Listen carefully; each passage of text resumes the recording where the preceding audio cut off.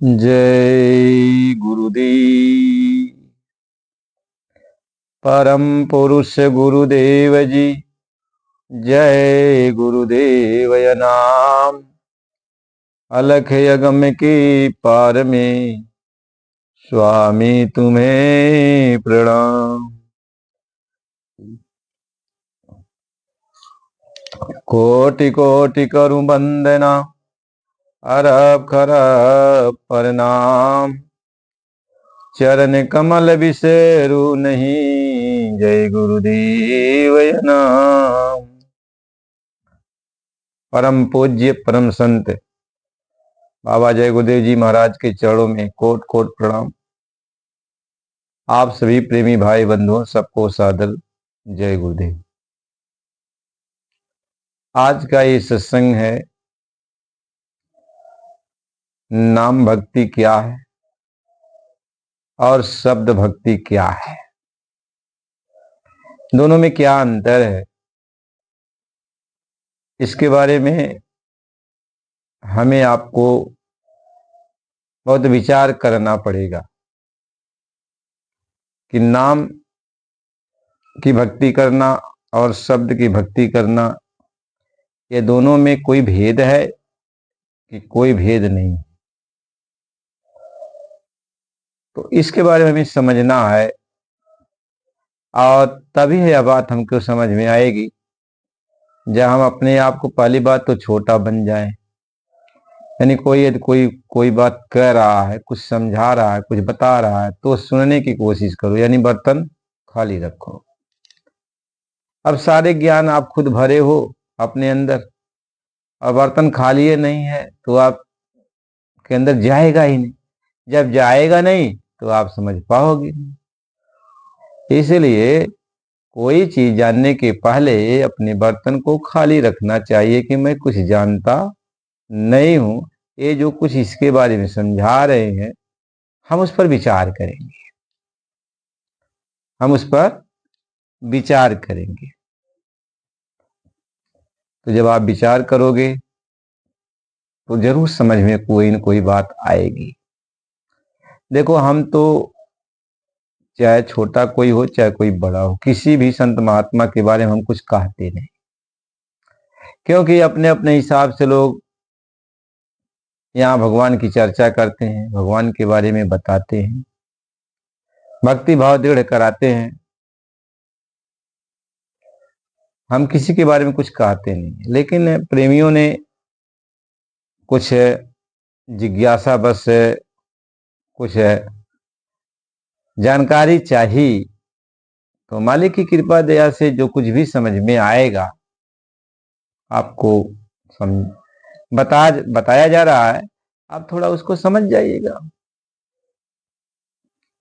लेकिन यह बात तो है कि को बड़े छोट अब कहत अपराधू,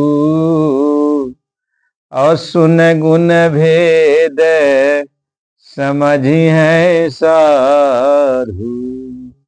समझी कि जे साधु होई और साधु के हुई, जी साधना कैले होई, जी साधना कैले होई, जे कुछ देखले होई, जे अनुभव कैले होई, ते ही समझी, ते ही समझी। कहीं को बड़े छोट कहत अपराधु, और सुन गुण भेद समझिए साधु। कान सुन यानी गुण का भेद, यानी बड़ा छोट में कौन गुण बा कौन अवगुण बा, जब वो जानते रहिए जानत रहिए तबे न समझिए। यानी अब वो जो साधु है वो सर्वज्ञ ज्ञानी है, यानी गुण के बारे में भी जानत है, अवगुण के भी बारे में जानत है, अच्छाई बुराई दोनों के बारे में वो जानत है। जे पहुंचल बा तेहू के बारे में जानत है, जे नाई पहुंचल बा तेहू के बारे में जानत है। के ढोंगी बन के बैठल बा और के सज्जन बन के बैठल बा, वो सब जानत है, लेकिन कहत नहीं। कहत नहीं है कि तू सही बोला था कि तू गलत बोला था। तो वही में सबका चलत बा। उदाहरण तो महात्मा बहुत देने कहने। एक बाप है, एक बाप को 4 लड़की है, चारों लड़की हैं। एक बड़ा लड़का है तो उससे माझी लड़का, तो फिर उससे छोट है, तो फिर उससे छोट है। बाप का सब पर दया है, सब लड़कन के आपन समझा ला बाप, और सबके माना ला बाप। नहीं है कि लड़कन के ना मानो, सबके माना ला। लेकिन जौन लड़का बाप के हर बात की माना ला, बाप जौन कहा ला वो लड़का मान लेला, कुछ कहा तो सुनत नहीं,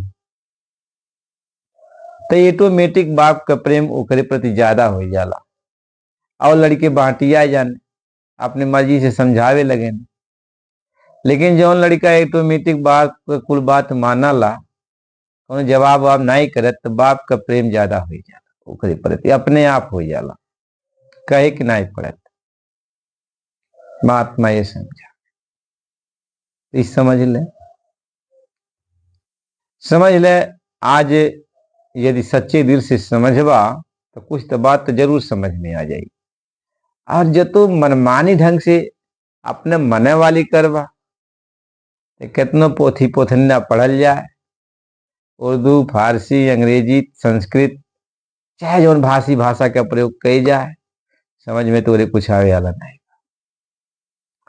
महात्मा या बाती की समझावे ने कहने देखा,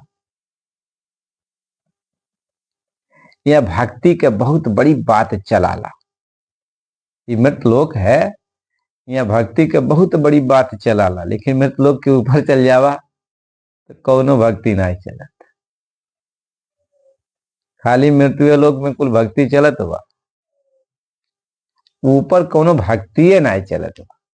स्वर्ग में गईला वहू मजा करत बाता, ओकरे ऊपर चल गईला कौनो लोक में, गंधर्व लोक में वहू मजा करत था, किन्नर लोक में वहू मजा करत था, कौनो लोक में चल जात बाटा ऊपर, कुल में आराम एकदम सुख सुविधा बा।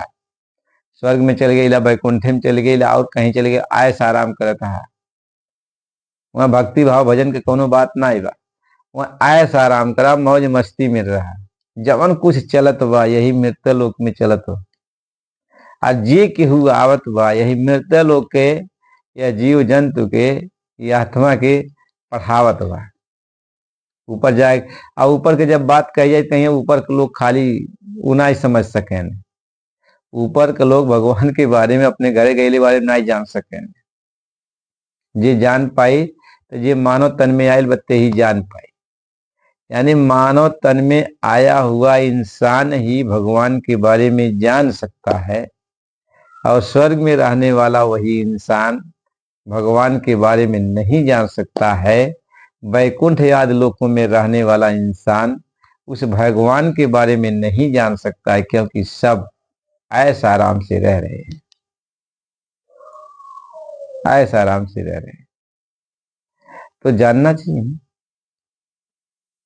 आप ही सोचो कि स्वर्ग में वैकुंठ में रहे वाले यदि भगवान के प्राप्त कर लेते हैं, तो वैकुंठ के जय विजय नाम का द्वारपाल रहने, और ये चारों ब्रह्मर्षि गई ने, सनक सनंदन सनत कुमार, ये लोग कहे न, और वो दरवाजा वह रोक दे न, द्वारपाल रहने, वो सब दरवाजा रोक दे न। ये कहना भगवान से मिले जाता ही, तो ये कहना कि ना जाए, तभी सब देने श्राप, आप श्राप दे देने, कहना जा तुम पास इंसान की तरह बर्ताव करता, जा नीचे चल जा, और इहो श्राप दे देने राक्षस बन जाए। बताओ, बैकुंठ से कहे न लोग कि बैकुंठ में चल गई तो फिर आवे कि ना ही बा। ये बैकुंठ के लोग हमें जो द्वारपाल लोग, ये बैकुंठ से चली गई नहीं है, और यहाँ राक्षस बन गई ने। अब सोच ले, राक्षस बन गई ने, कितना यहाँ आके अत्याचार कहीं नहीं बैकुंठ लोग के रहे वाले लोग। महात्मा गूढ़ गूढ़ बात समझावे ने कि थोड़े बात तो समझ लेबा तो ठीक रही, और ना ही समझबा तो कौन बड़ी बात नहीं।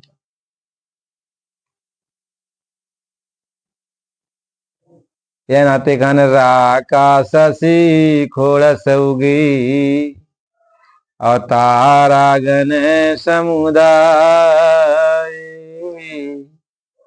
और सकल गिरिन दावा न लय बिनु रविराति न जाए। कहत है चंद्रमा 16 कला से उगी जाए। आज जितना तरैये बाटिन कुल जितना खूब प्रकाश कई दे, आज जितना वन बा कुल में आग लगा दे, कुल में आग लगा दे, और जितना समुद्र बा वहू में आग लगा दे, नदी धरती पूरा आग लगा दे, लेकिन आग तो लग गई, लेकिन दिन ना हो सकाला, रात ही जाही ना रतिये रही, रतिये रही। वैसे वैसे जैसे जब तक सूरज ना उगी है तब तक ही रात नहीं जा सकाला, चाहे कितनों कुल उजियार कई डारा। वही तरीका से कि ऐसे हरि बीनु भजन खागीसा, अमित ही न जीवन की रे कलेसा। यानी यही तरीका से जब तक हरि के भजन नहीं करवा, हरि के मतलब होला जन्म और मरण के पीड़ा जोन बा ये हरि ले, जन्म के पीड़ा और मरले के पीड़ा, ये दोनों पीड़ा जी हरि ले, हरि ले। यानी तुमके जन्म और मरण दोनों से मुक्त कर दे, न तुहार जन्म हो न तुहार मरण हो, जन्म और मरण के बंधन से मुक्त कर दे, वही के हरि के हैं। अब हरि के भजन, हरि के भजन कर, भजन का मतलब होला उनके तरफ चला, उनकी पकड़ा, उनके साथ करा,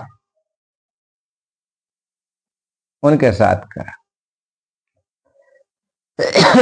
तभी तुहार जीवन का जो कष्ट बा तबे जाई, एक पहले जाई हुई नहीं, एक पहले जाई नहीं। तो हरि के जब पकड़बा तब तय, हरि की जब पकड़ लेबा तब तक हरि के पकड़ते नहीं बात। बस किताबी में खोजत था, गंगा में खोजत हा, मूर्त में खोजत हा, कथा कहानी में खोजत हा। बतावा वो हमें हरि मिली है, हरि मिली है।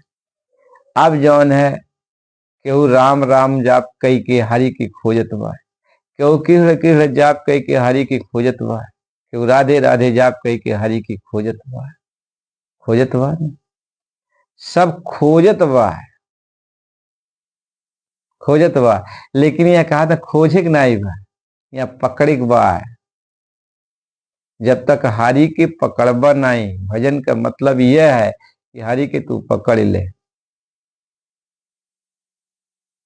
हरि के पकड़ ले, और हरि के जब पकड़ लेबा तब तू यह जन्म और मरण के बंधन से मुक्त हो जाओ, तुम्हार भाव बंधन से छुटकारा हो जाए। जब तक हरि नहीं पकड़ी है और तू हरि की नहीं पकड़बा तब तक ही काम हो जाला नहीं। रात दिन भक्ति करा, रात दिन नाम जपा, रात दिन नाम जपा, उसे कुछ हो जाला नहीं जब तक हरि नहीं मिली। यह नाम जप का जौन फाल होला, सब लोग नाम जपे ने, नाम जपे ने कि नाम जप के जौन फल मिलाला, ये नाम जप एक अच्छा काम है। भगवान का नाम जप था, कौनो भगवान का नाम जप था तो ये एक अच्छा काम है। वह नाम का जाप करते करते तुमके इतना पुण्य इकट्ठा हो जाला कि तू ऊपर के लोक में, ऊपर के लोक में जो स्वर्ग आदि वैकुंठ आदि लोक बनावल बा, और हमें सुख सुविधा रहे खातिर तुमके जगह मिल जाए बहुत समय तक मुक्त ना होता, मुक्त ना होगा। नाम जाप कैले में जीव कभी मुक्त नहीं होता है। जीव यहां से ऊपर के लोकों में जाता है, वहां बहुत समय तक वहां सुख सुविधा से आराम से रहता है, आराम से रहता है। लेकिन जब उसका पुण्य क्षीण हो जाता है तो फिर वापिस मृतलोक में वो चला जाता है, वापिस मृतलोक में चला आता है। इसको नाम भक्ति कहते हैं, नाम भक्ति कहते हैं। आप नाम का अभ्यास करो, नाम का जाप करो। ये नाम भक्ति है कि आप यदि पूर्ण भक्ति नाम की कर रहे हो तो जब शरीर छूटेगा तो ऊपर के बहुत सारे लोक बनाए गए हैं जहां पे आप जाके आराम से रहोगे। लेकिन उसका एक लेखा जोखा है, कितने वर्षों तक आप रहोगे, कितने युगों तक आप रहोगे, इसका लेखा जोखा रहता है। उतने समय तक आप वहां ऐसा आराम से रह सकते हो, आप मुक्त नहीं हो सकते हो। जन्म मरण के बंधन से आप मुक्त नहीं हो सकते हो। महात्मा ये समझाते हैं।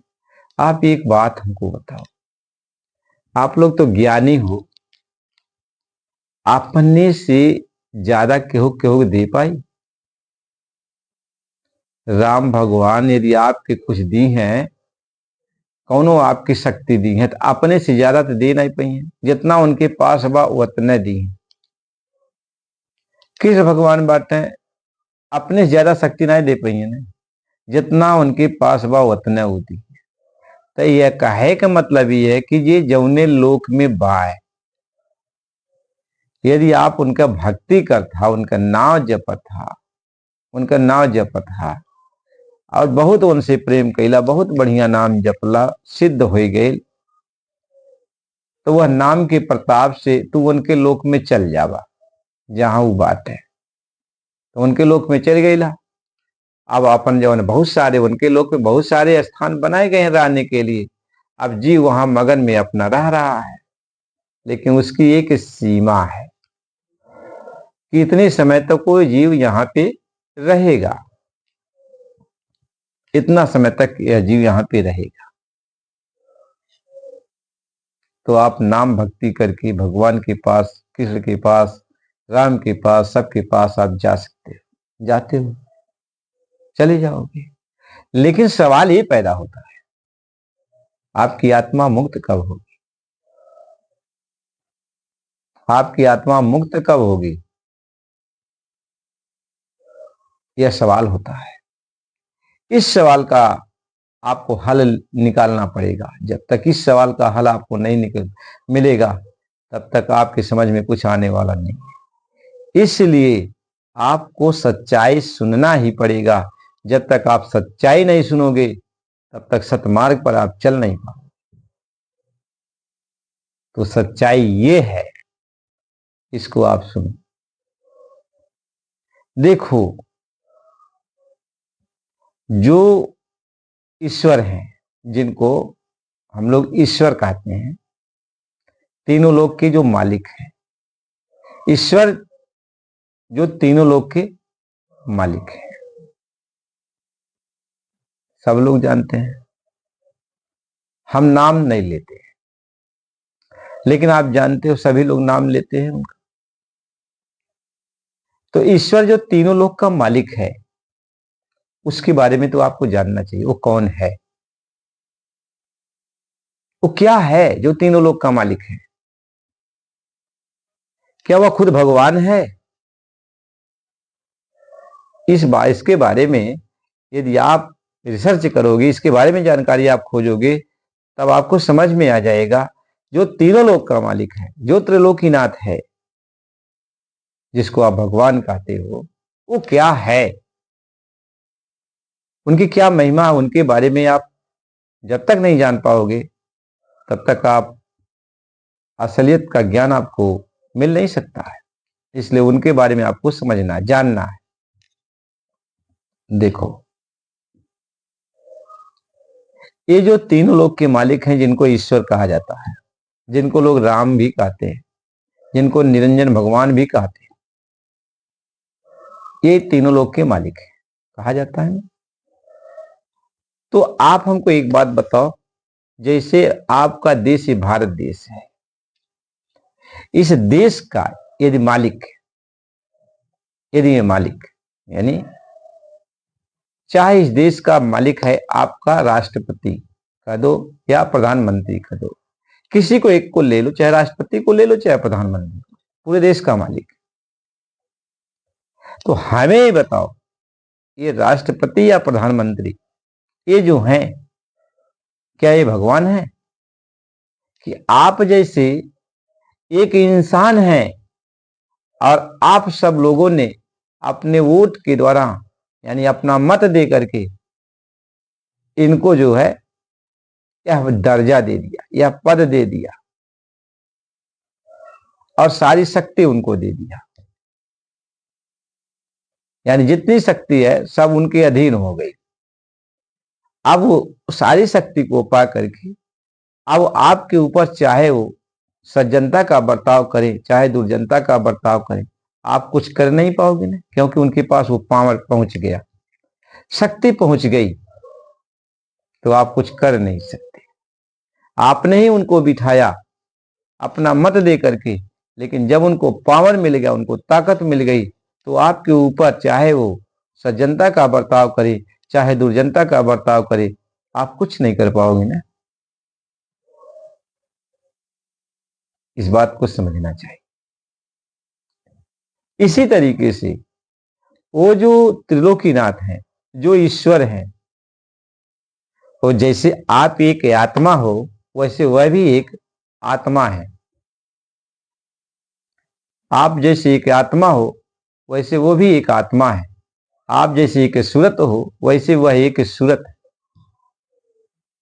जो कुल मालिक है, जो कुल मालिक है, जिसको सत मालिक कहते हैं, जो जिसको कुल भगवान कहते हैं, जो सबका मालिक है, कुल मालिक ने अपने इन 16 सूरत को यानी 16 आत्माओं को निकाला अपने देश से। इन 16 आत्मा, इसमें सबसे जो मतलब 16वीं आत्मा है, ये तीनों लोक के मालिक हैं। ये 16वीं जो आत्मा है यह तीनों लोक के मालिक है, यानी वह सत्य पुरुष की एक एक आत्मा, एक एक आत्मा, ऐसे 16 आत्मा को निकाले अपने देश से। उन्हीं को 16 ब्रह्म कहते हैं, उन्हीं को 16 भगवान कहते हैं। यही उनकी सत्य पुरुष की 16 कला थी, जिसको 16 कला कहते हैं। ये 16 कलाएं सत्य पुरुष ने सत्यलोक से नीचे उतारा। यह 16 आत्माएं हैं, 16 सूरतें हैं। यही 16 सूरतें हैं, जिसमें 16वीं सूरत ये जो है त्रिलोकीनाथ निरंजन भगवान है।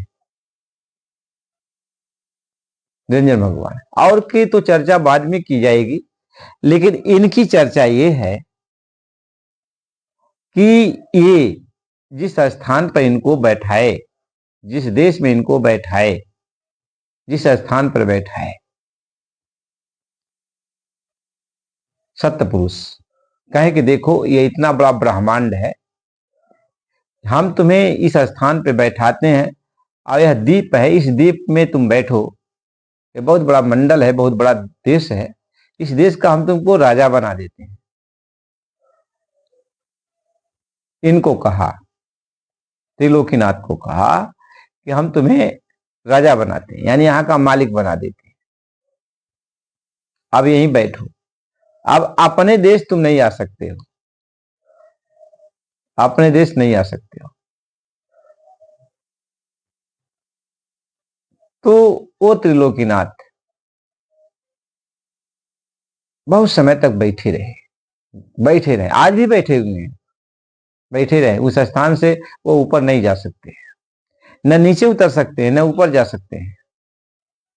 जिस स्थान पर उनको सत्यपुरुष ने बैठा दिया है, वह आज भी उसी स्थान पर झूला झूल रहे हैं। ऊपर भी नहीं जा सकते, नीचे भी नहीं आ सकते,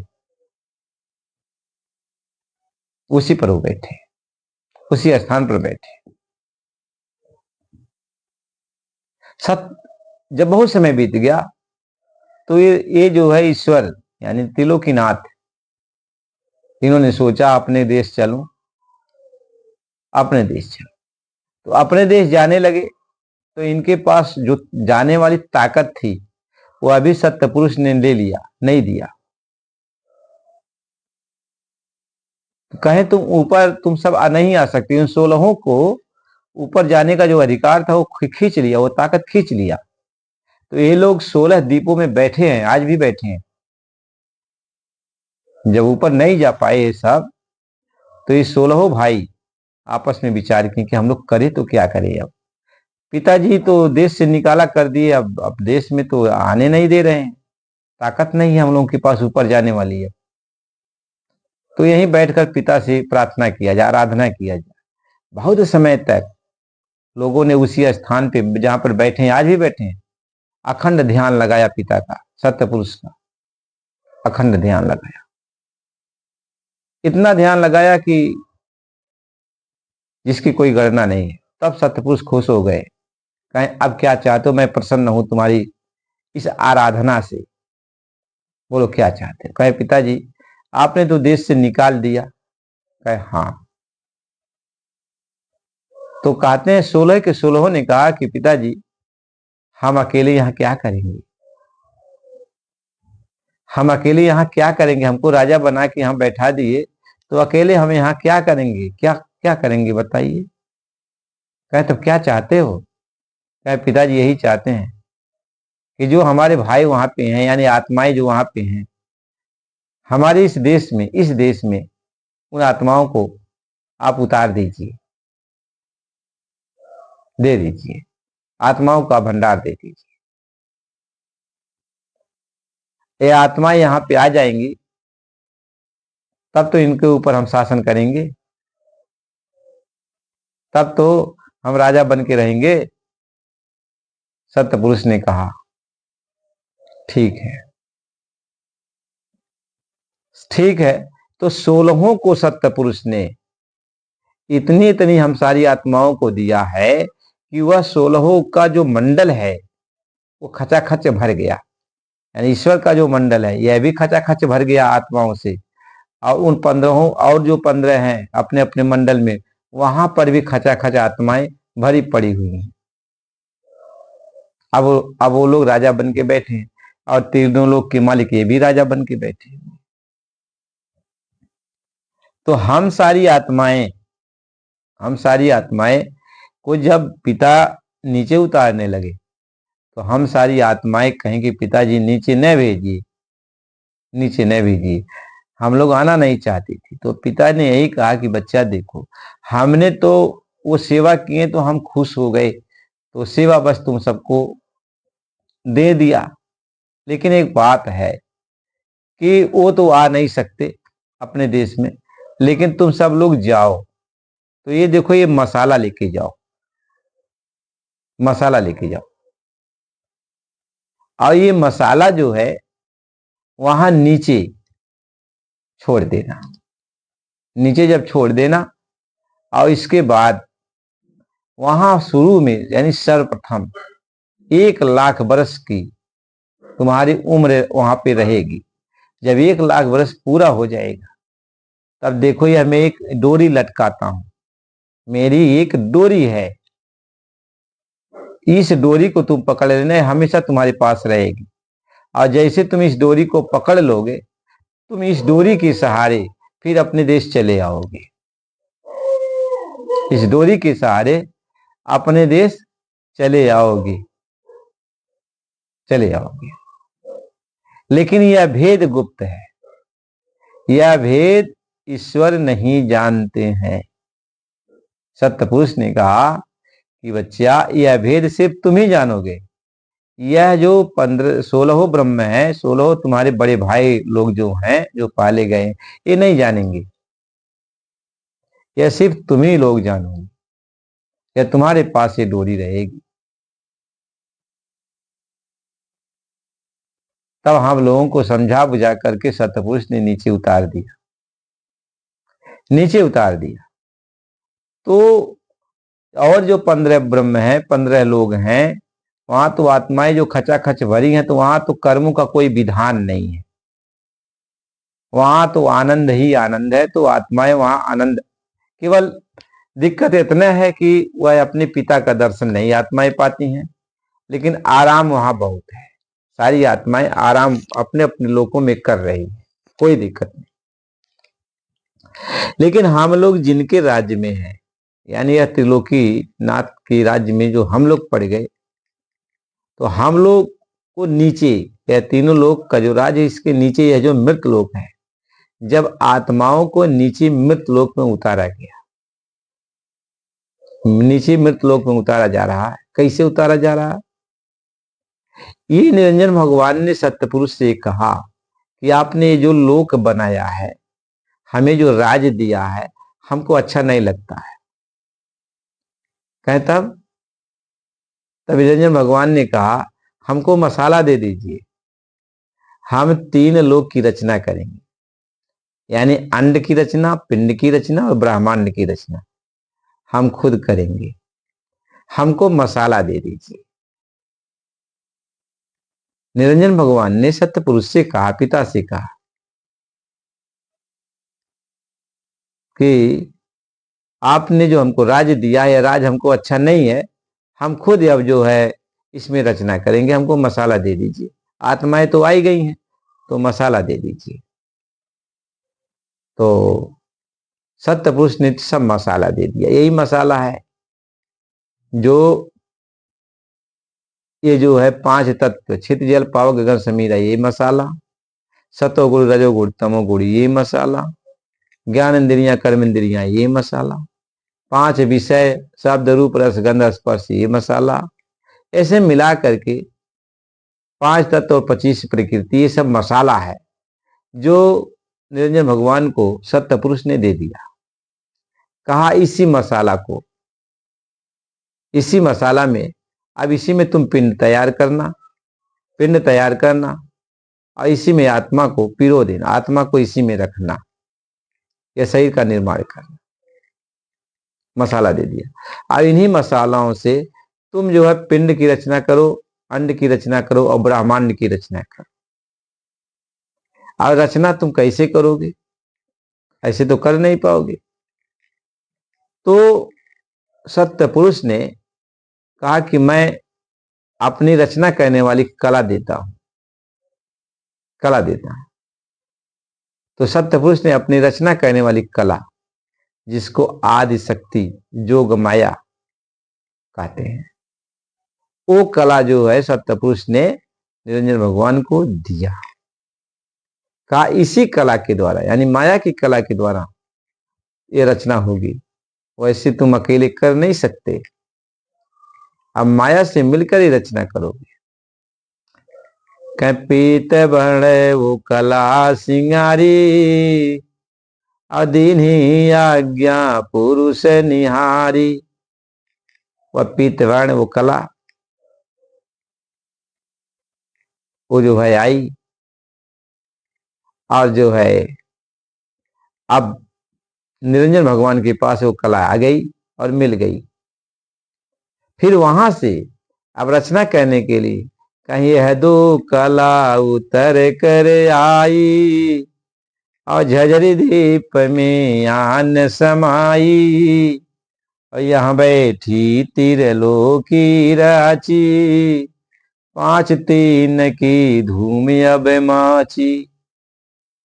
कहीं यहां बैठकर, यानी झझरी द्वीप में, अब इनके बैठने का स्थान झझरी द्वीप है। झझरी द्वीप में जो है अभी जो है दोनों मिलकर, यानी माया और ईश्वर, ये दोनों मिलकर आप झझरी द्वीप में बैठे हैं रल मिलकर। अब इसी को कहा गया कि ईश्वर की अर्धाग्नि माया हो गई, मिल करके, दोनों मिल करके या ब्रह्मांडों की रचना की, यानी स्वर्ग आदि ब्रह्मांड ये सब बनाए गए, वैकुंठ आदि लोक बनाए गए, इन्होंने रचना किया है। माया ने बहुत ऐसा अजीबो गरीब रचना किया, बहुत रचना किया और इसके बाद जो है पिंड की रचना किया, पिंड बना करके रचना किया। अब उसी जब पिंड को बनाया मृतलोक में, पिंड बनाकर आत्मा को उसी पिंड में डाला गया। और जब पिंड में डाला गया आत्मा को, तो वह पिंड चलने लगा, पिंड चेतन हो गया। महात्मा ये समझाते हैं। अब इस तरीके से रचना हो गई, लेकिन जब वो पिंड बनाया, पिंड में आत्मा को डाला मृतलोक में, आत्मा जब आई तो 1 लाख वर्ष के बाद वह पिंड छूट जाता था, यह शरीर छूट जाता था जो शरीर ये लोग बनाते थे। और जैसे शरीर छूट जाता था वो शरीर छुप छूट गया, तो जिस डोरी को पकड़ के आत्मा को अपने देश, अपने पिता के पास जाना था, सतलोक में जाना था, सतपुरुष के पास जाना था, उस डोरी को तुरंत आत्मा पकड़ लेती थी और चली जाती थी। ऐसे कितनी आत्माएं चली गई, इसलिए कहा सतयुग सब योगी विज्ञानी अक्कर हर ध्यान तरह भव प्राणी। यानी तब कोई कर्म का विधान नहीं था। आत्मा को जब पिंड में डाल दिया जाता था और 1 लाख वर्ष पूरा हो जाता था, तब वो सारी आत्माएं फिर अपने देश चली जाती थी, देश चली जाती थी। महात्मा ही समझाते। देखो, जब ईश्वर ने देखा कि सारी आत्माएं चली जा रही, तो ऐसे सब आत्मा जिनको हम मृतलोक में भेजेंगे, सारी आत्माएं ऐसे चली जाएंगी, तो फिर हम राज किस पर करेंगे, किस बात के हम राजा रहेंगे। तो माया से कहा कि अब बताओ क्या किया जाए, ये लोग तो किसी चले जाएंगे ऐसे धीरे धीरे। बहुत सारे लोग चले गए, तो माया ने कहा तो क्या किया जाए बताइए। कहा एक काम करो, अब कुछ है ऐसा रोकने का विधान बनाया जाए, इन सारी आत्माओं को रोका जाए। क्योंकि विधान तो यह है कि इनको मृतलोक में भेजना है, नीचे भेजना है। क्योंकि ये जो मसाला लेके आई है, ये मसाला नीचे ही ठहरेगी, ऊपर तो ठहर नहीं सकती। जो भी मसाला सब नीचे में जाना है, मसाला नीचे जाना है, तो नीचे तो आत्मा को उतारना पड़ेगा। लेकिन अब जैसे नीचे आत्मा को उतारेंगे मृतलोक में, और ये समय जब पूरा हो जाएगा तो ये आत्मा चली जाएंगी अपने देश। तो रोकना है इनको, इसलिए विधान बनाया। माया से कहा कि तुम तीन पिंड बनाओ, उसमें 3 सूरत को रखो। जब 3 सूरत, 3 आत्मा उसमें डाल दो,